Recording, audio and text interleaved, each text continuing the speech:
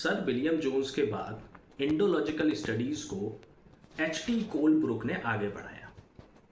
एच.टी. Colebrook एक mathematician था जो 18 साल की उम्र में भारत आया और भारत आके संस्कृत का दीवाना हो गया और संस्कृत को पढ़ने के लिए, उसका अध्ययन करने के लिए वो बनारस गया, जहाँ पर उसने अध्ययन करा और सन 1794 तक एच.टी. कोलब्रुक के कार्य और उसके लिखे हुए लेख काफ़ी प्रसिद्ध होने लगे और इसी के चलते उस समय के गवर्नर जनरल लॉर्ड वेलेस्ली ने सन 1800 में कोलब्रुक को फोर्ट विलियम कॉलेज में प्रोफेसर नियुक्त किया और इसके बाद कोलब्रुक ने सन 1805 में एक ऐसे लिखा जो वेदास पर था और जो सेक्रेड राइटिंग्स ऑफ हिंदूज पे था।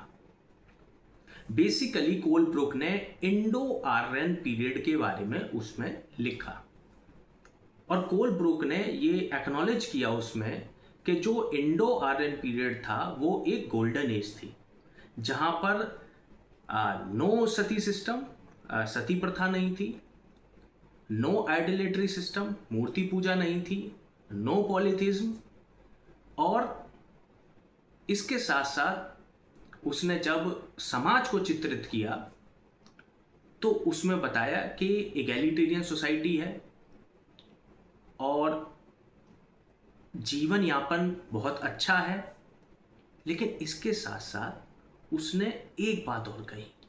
उसने कहा कि उस समय का जो समाज था, उस समय के जो लोग थे वो बीफ ईटर थे। जब सेक्रीफाइसेस होते थे उस दौरान वो बीफ ईटिंग किया करते थे। ये बात कोलब्रुक ने लिखी।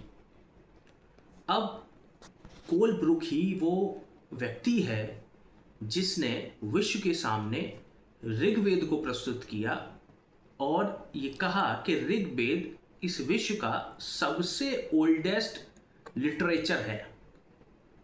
अगर कोई सबसे प्राचीन ग्रंथ है विश्व में तो वो ऋग्वेद है और ये क्रेडिट भी कोलब्रुक को जाता है।